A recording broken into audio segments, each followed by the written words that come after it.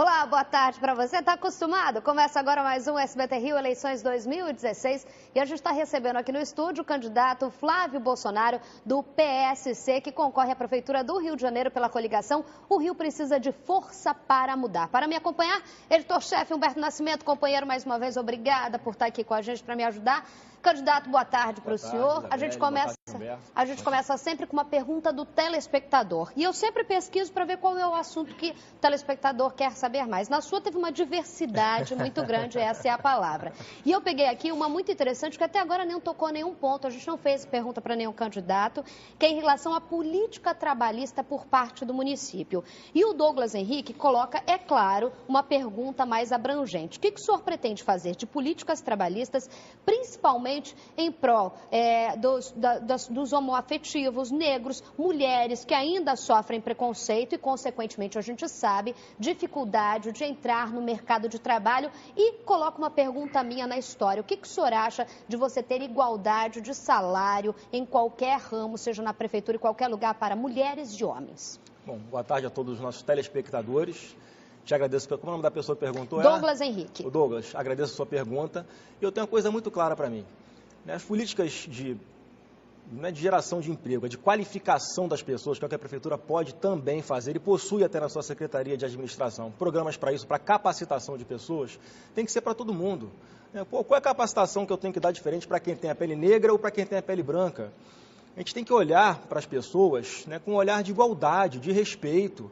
É isso que a gente sempre prega. Minha briga nunca foi contra gays. Sabe o que eu digo sempre, Isabelle?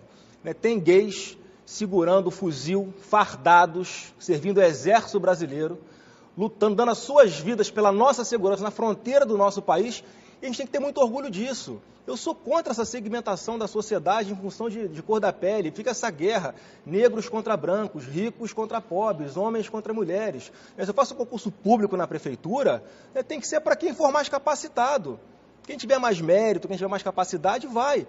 E aquelas pessoas que não conseguem competir em nível de igualdade, porque estudaram numa escola pública de má qualidade, por exemplo, cabe à prefeitura oferecer esse tipo de curso para a pessoa se capacitar, às vezes para até nem fazer um concurso público, Isabelle, para ter uma profissão digna como qualquer outra e trabalhar autonomamente, caminhar com as próprias pernas. A prefeitura ela tem um Bolsa Família municipal, a mesma base de dados do Bolsa Família federal. E a gente sabe que reportagens recentes mostraram isso, cerca de 1/3 são fraude, o outro 1/3 são de pessoas que poderiam estar trabalhando, e o outro 1/3 é de pessoas que realmente não podem trabalhar, não têm condições de trabalhar. A prefeitura tem que servir a essas pessoas que não conseguem, que não têm como sobreviver, ajudar quem mais precisa. Agora, esses, por exemplo, que poderiam estar trabalhando, no meu governo, vão ter um prazo, a prefeitura vai oferecer uma qualificação para eles deixarem de depender desse Bolsa Família municipal. Eu entendo isso, o que liberta a pessoa também, além da educação, é o trabalho. Vou ficar orgulhoso de, no final do meu governo, dizer que menos pessoas recebem o Bolsa Família do município, que é sinal que elas conseguiram caminhar com as próprias pernas e dar muito mais dignidade para a sua família por intermédio do emprego. O que o senhor acha em relação à política de igualdade salarial, que hoje a gente sabe que somos maioria, mas mulheres ganham menos do que homens? Isso é fundamental, tem que ter. As mulheres já estão ocupando o espaço delas no mercado de trabalho pelos méritos próprios. O câncer de formatura da Polícia Militar, por exemplo, é comum. As 3 primeiras colocadas no curso de policiais militares são mulheres. Então é isso, tem que partir para essa igualdade, sem preconceito. A palavra-chave é essa, é respeito e não ficar segmentando. Eu sou contra essa coisa de ficar botando um contra o outro, em função, como eu falei aqui, de vários estereótipos diferentes. Humberto Nascimento. Vamos falar de saúde, candidato. Sim. No seu programa de governo, o senhor diz que vai transformar a medicina da família no paradigma de excelência do Brasil. Esse programa foi implantado na China comunista em 1949 e existe em Cuba desde a década de 60. O senhor, como um político reconhecidamente, declaradamente de direita, foi buscar inspiração justamente nos países socialistas? Olha, o comunismo só nos inspira no que não devemos fazer. O comunismo e o socialismo são regimes que mataram milhões de pessoas no mundo, que perseguiram negros, judeus, mulheres. A saúde preventiva não é inspiração em países comunistas. Médico de família foi inspiração. Não, tem Cuba. Que foi, Niterói, aliás, foi uma das primeiras cidades do país que trouxe esse programa Mais Médicos, que traz esses curandeiros que não são médicos para atender o mais carente aqui no nosso país, isso é, além de um absurdo, que você está colocando pessoas, né, que, via de regra, não têm a menor capacidade de estarem prestando um serviço médico de qualidade para quem mais precisa. Eles não fizeram revalida, né? Tem esses ditos médicos cubanos, que se você perguntar se Bezetacil é intramuscular, endovenosa ou oral, não sabe.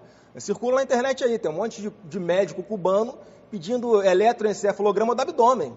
Mas circula muita coisa na internet. Não, mas é verdade, tem diagnósticos. Tanto é que hoje muitas receitas não dão mais espaço para eles preencherem com o próprio punho. Ele tem que marcar xizinho nas possibilidades ali. Eu quero fazer, sim, um trabalho grande na saúde preventiva, porque é fundamental. O investimento que você faz agora, você não apenas economiza lá na frente, como você promove uma qualidade de vida melhor para essas pessoas. Isso tem que ser ampliado, sim. Então, a minha proposta é focar muito na prevenção, agora também dentro da realidade da prefeitura e fazendo concursos públicos para contratação de médicos especialistas para que dêem um devido atendimento à população. E hoje, por exemplo, vocês terem ideia, grande parte dos hospitais estão na mão das chamadas organizações sociais. Uma organização social paga para um médico, o município paga para uma organização social R$25 mil, que repassa R$10 mil para o médico. E o médico que é concursado recebe 1/3 disso para prestar o mesmo serviço. Por que a gente não pode, progressivamente, ir fazendo concurso público para essa parte de alta complexidade, que tem que ser administrada diretamente pela prefeitura e, como eu falei, dentro da realidade da prefeitura, dar um salário decente para esse médico de carreira? E o mesmo raciocínio se aplica, obviamente, a todos os outros da área da saúde. Por que essa diferença tão grande? Se custa R$25 mil para a prefeitura e o médico recebe 10 mil na ponta da linha, onde vai parar esse dinheiro? O senhor é contra a organização social? Eu sou a favor da parceria público-privada nessa parte de prevenção. Eu acho importante ter uma flexibilidade maior na contratação das pessoas. Eu acho importante ter liberdade para a contratação de pessoas que preferencialmente residam nos locais onde eles vão trabalhar. Porque tem muito problema aqui. Se a comunidade, por exemplo, que é dominada por tráfico, eles, dependendo ali de quem manda no local, têm dificuldade de entrar, não deixam lá a prefeitura fazer o seu papel e levar essa saúde preventiva para a população. Agora, se a pessoa mora no local, de repente, tem menos dificuldade. Então, investir na qualificação dessas pessoas. Essa é uma forma da prefeitura gerar emprego. Mas a OS fica ou sai no seu governo? Na alta e média complexidade, na minha opinião, tem que ser a administração direta da prefeitura. Na baixa complexidade, que é na prevenção, tem que ser parceria público-privada com as OS. Vamos falar agora com melhores índices aí de medição de resultados. Falar agora de segurança, Humberto? Antes, só uma pergunta. No ano passado, o senhor defendeu 4 PMs que agrediram uma juíza dentro do batalhão prisional da Polícia Militar. Segundo o senhor, era preciso respeitar a presunção de inocência dos policiais presos. Como é que o senhor se sentiu defendendo bandido, como o senhor costuma se referir aos defensores dos direitos humanos de presos não policiais? Nesse caso específico, eu estava dentro ali do batalhão. Eu sou uma pessoa que tem um trabalho muito voltado para a segurança pública, não passa a mão na cabeça de bandido, pelo contrário. Eu acho que ali no batalhão prisional as estatísticas mostram isso. Vários acabam voltando ao trabalho normal. Mas não é no caso dos 4. Mas vou chegar lá. Acaba voltando ao trabalho normal nas ruas, nos batalhões. E como é que esse policial volta depois de ser tratado como um bandido? Ali tinha que ser um local de se investir numa reciclagem deles, não de se pré-julgá-los como se eles já fossem bandidos. Porque grande parte dos que estão ali, ou melhor, a maioria, 99% dos que estão ali, não tem uma sentença transitada em julgado ainda. Agora, nesse caso específico, que eu ouvi dos policiais, é que eles tiveram ali uma série de situações com a juíza, que ela, por exemplo, tomou lá remédio de uma pessoa que precisava tomar remédios controlados. Então, não foi uma defesa dos 4, foi que tivesse ali um respeito de ambas as partes. Esse foi meu posicionamento. Mas esse não é o papel justamente das entidades de direitos humanos nos presídios comuns? Sim, tem que ir fiscalizar. Agora, grande parte das coisas que estavam ali estavam autorizadas pela vara de execuções penais. Eu não sei se o senhor recorda a ficha criminal dos 4 PMs presos. O Alan Lima foi flagrado num vídeo participando de um assassinato. Sim. O Aldo Leonardo foi preso pela Polícia Federal recebendo uma mesada do NEM da Rocinha. O Aloysio Souza foi preso em flagrante por tráfico e extorsão. E o José Luiz da Cruz foi expulso da PM recentemente por cobrar propina de comerciantes de Bangu. Todos os nomes que você falou, eu nem sei quem são. Se passar ao meu lado aqui, eu não sei quem é. Eu estava defendendo ali uma situação apenas de respeito. Eu acho que houve excesso de ambas as partes. Isso que eu fui contra no momento. Não pode tratar uma pessoa que está ali que ainda não foi condenado, eu não sei, não sei qual foi o crime que todo mundo ali cometeu, né, ou é acusado de ter cometido. E a minha situação ali foi de buscar um equilíbrio, foi essa a minha postura ali. Vamos continuar dentro do equilíbrio da segurança. Sim. Segurança, guarda municipal. A gente está vendo muito, eu gosto de repetir bastante aqui, que eu nunca vi, confesso para vocês aí de casa, uma pauta de segurança tão em voga em uma campanha municipal. Qual seria o papel de uma guarda municipal, que eu até imagino qual seja o seu posicionamento, seja armado ou não armado, eu imagino que você defende uma guarda armada. Como que seria o papel dessa guarda e qual é o dinheiro para se investir em ter uma guarda armada, gerenciando conflitos e não provocando ou causando tragédias maiores numa cidade deflagrada pela violência? Olha, como você bem colocou, uma cidade deflagrada pela violência. O que a população está buscando nessa eleição, segurança, que é uma atribuição do Estado, né? Mas a prefeitura, os municípios, tem sim a sua participação nisso, tem como ajudar. A própria Lei Federal 13.022, né, que é a lei que rege o Estatuto Geral das Guardas Municipais, coloca lá, que é uma competência das guardas atuar na segurança preventiva, tomar conta da vida do cidadão. Então, Isabelle, esse é um trabalho que eu entendo que é de longo prazo, mas que é preciso o prefeito em algum momento encarar, porque na minha posição, na minha opinião, a guarda municipal, se ela for qualificada, treinada, né, para usar arma de fogo, sim, na defesa da vida do cidadão, ela vai poder atuar como aconteceu em Nova York, combatendo os chamados delitos menores. Mas a gente não é Nova York, né? Não, mas olha só, eu vou chegar lá, não estou falando para a Guarda Municipal substituir a Polícia Militar, pelo contrário. É para fazer um trabalho em conjunto. Agora, há a possibilidade de criar espaços urbanos seguros, que são os corredores comerciais, né, algumas estações de transporte, né, com maior fluxo de pessoas, pontos turísticos, e você pode colocar a guarda municipal com a qualificação, porque só a simples presença ali da guarda, muitas vezes, inibe um crime, né? Uma viatura da guarda municipal com o giroscópio ligado, usando a mesma filosofia, inclusive, da polícia militar, de ostensividade, mas atuando de forma preventiva, já pode inibir a ação por parte de alguns marginais. Essa é a ideia. No centro da cidade, por exemplo, o que é que mais aflige ali a população? São uns trombadinhas ali que passam, roubam um celular, roubam um cordão de ouro. Aí como é que você vai mandar um guarda municipal correr atrás de um assaltante desse? Vai que o cara está armado, o cara está com uma faca. Então, o servidor público do município, ele estando qualificado e preparado para atuar em situações como essa, ele vai atuar de forma preventiva. E mais, obviamente, não é só isso que vai resolver o problema da segurança. A prefeitura pode e deve, no meu ponto de vista, no meu plano de governo, fazer um investimento em tecnologia. Eu estive em Israel há 4 meses, visitando Jerusalém a convite do governo de Israel. E lá o sistema de tecnologia deles de câmeras é um negócio fantástico, tudo com inteligência artificial. Então, se você coloca também, por exemplo, nós temos mais de 7.000 câmeras da prefeitura espalhadas pela cidade. Se nós conseguíssemos ir colocando uma tecnologia que fizesse a leitura facial, por exemplo, nós conseguíamos um convênio, uma parceria, com a Polícia Civil ou com a Polícia Militar, você teria condições, a prefeitura ajudando na segurança preventiva, de dar uma resposta muito mais rápida às ações criminosas e mais. Pode ser usado em diversas outras finalidades. Quer ver uma que é nobilíssima? Se nós tivéssemos um sistema como esse funcionando, o descobrimento do paradeiro de pessoas desaparecidas. É possível, com tecnologia, você fazer isso. Então, a prefeitura pode e deve usar os seus recursos para essa finalidade. Mas, candidato, só pegando esse gancho aí da segurança, mesmo com um gigantesco reforço no policiamento durante a Olimpíada e agora a Paralimpíada, um Exército, Força Nacional, Polícia Militar, os assaltos, os roubos aumentaram 44%. Ou seja, a segurança não é só uma questão de efetivo, de ou força nacional, não. De força, ou de se ter arma, porque tinha uma quantidade de arma absurda. Apesar disso, não houve uma diminuição, não houve uma redução. Houve alguns locais, né? Pois é, mas não é muito simplista essa coisa de botar só gente armada ou aumentar o reforço? Como eu falei, não vai além de questões sociais? Vai, com certeza. Como eu falei, isso não é a solução. Como o problema da segurança é uma competência estadual, mas no Brasil o meu sonho é que fosse como na América, que os estados pudessem legislar sobre o Código Penal. Então a questão da impunidade é que é o verdadeiro combustível da criminalidade.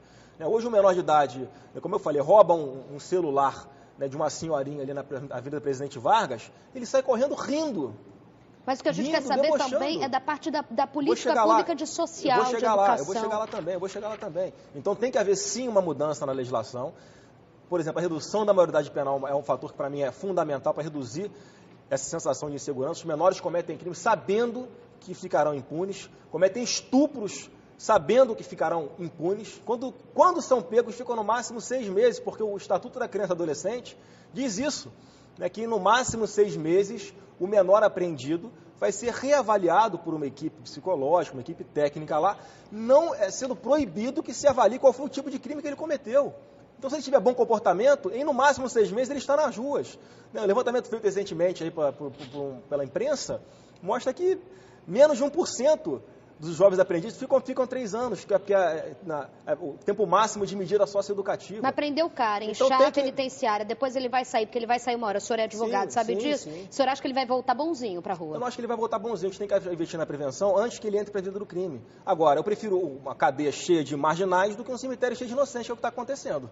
Então, no meu ponto de vista, a gente não pode tratar de segurança só com teoria, né, com coisas que não, com remédios que não são doídos, né, que não são amargos. Tem que ter mudança na legislação. Agora, a prevenção, que a gente entra na parte da educação. A gente tem que investir muito em educação. Todos os candidatos estão falando óbvio, e eu também defendo isso, que é a escola em tempo integral, né, para que os alunos permaneçam na escola. Mas o que é que esses alunos estão aprendendo dentro da escola? Os índices do IDEB estão mostrando para a gente. Infelizmente, o aluno no Brasil chega no final do ensino fundamental sem saber interpretar um texto. Muitas vezes sem saber fazer uma conta simples de matemática. Qual é seu plano? Então vamos lá. Então, olha só, vou chegar. Educação. Escola em horário integral, incluindo pré-escola e creche, né, para que as mães possam deixar os seus filhos irem trabalhar, os pais.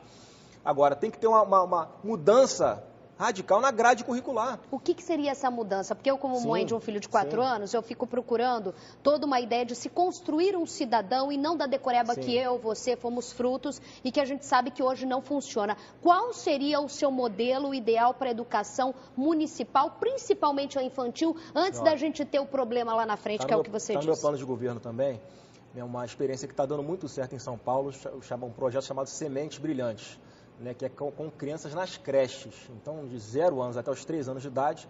É um programa reconhecido internacionalmente, premiado pelo Instituto do Bill Gates, e que eu quero trazer para a rede municipal das creches, né, que nada mais é do que algumas rotinas que são criadas dentro de sala de aula, né, dando os estímulos corretos, né, para essas crianças, de psicomotricidade, coordenação motora, porque cientificamente está comprovado, a criança torna-se passa a ter uma capacidade muito maior de aprendizado, desenvolve o cérebro da criança. E é um segmento que nós ainda não estamos investindo. A prefeitura focou muito no ensino fundamental, mas não focou nas creches, na pré-escola, porque eu tenho 2 filhas também, Isabelle.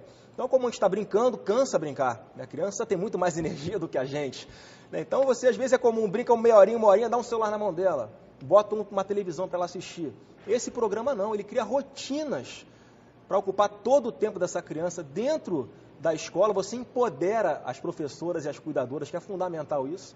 Eu sou da época, Isabelle, que os professores eram os primeiros a serem convidados para uma festa de casamento, uma festa de aniversário. Hoje isso não acontece. A categoria mais importante do nosso país está completamente sem crédito, sem ser valorizada. Temos 1 minuto e eu não gostaria de deixar de tocar no assunto, que o nosso diretor também está falando, que a gente fala com todo mundo. Transporte. Zona Oeste, principalmente, fez um monte de pergunta de transporte. O pessoal da Zona Oeste, né, eu já tive aí, por exemplo, em Santa Cruz há poucos dias, em Campo Grande, também reclamação generalizada, né, porque não há integração entre os modais. As pessoas que moram longe de uma estação de BRT têm dificuldade de chegar nesses ramais centrais de transporte. Eu fui lá em Santa Cruz. A estação, eu sou um leigo para falar de transporte, mas quem olha ali percebe claramente. A estação final, o ponto final de Santa Cruz, deu um nó no trânsito ali do bairro, estreitou as calçadas, prejudicou o comércio, ainda está servindo de moradia para um monte de morador de rua. Qual é a solução para a Zona Oeste? Transporte. Ali tem que ter um trabalho pensado para a integração completa. O sistema de transporte tem que ser pensado como um todo, Só tem no teu plano isso? Tem no meu plano, tem que ser isso. Tem que ser, o que é? Transporte complementar. Né, você tem que incluir em todo o planejamento, né, de oferta que você vai dar de serviço de transporte público para a população, não apenas BRT e BRS. Tem que cobrar dos ônibus comuns, mototáxis, vans, tudo tem que ser regulamentado, reorganizado, e certamente a minha parte técnica, como eu tenho independência para escolher o melhor secretário, ele vai poder fazer isso com toda a competência. Muito obrigada, Flávio, pela participação. Candidato, muito obrigada, Humberto Nascimento. Tamo junto amanhã de novo. Tamo junto porque amanhã é Freixo do PSOL. O candidato vai estar aqui também para nossa sabatina, Marcelo Freixo. Então, eu te espero amanhã. Mas esqueça, tá? Tô no SBT Rio 10 pro meio-dia, depois a gente volta com a sabatina. Tchau!